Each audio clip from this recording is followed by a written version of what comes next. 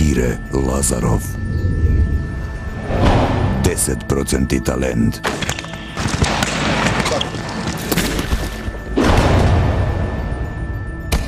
20% напорна работа.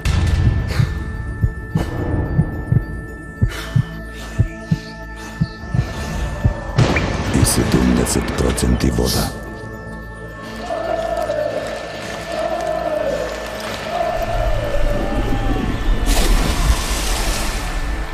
Пелистерка. 100% живот.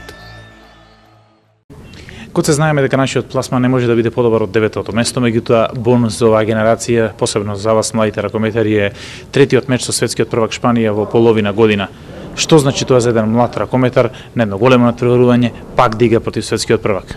Па добро, овој последен меч што не очекува со светскиот prvак за нас како играчи, значи едно плюс искуство во кариерата, нормално не може секој ден да се игра со светскиот prvак. И мислам дека ние едва го дочекуваме овој меч, да се надигруваме со нив, значи престижни да играме со еден таков светски гигант каков што е Шпанија, значи ќе дадеме се од себе што се однесува до нас и мислам дека ќе се прикажеме во едно добро светло како што се прикажавме на останатите мечеви од првенството.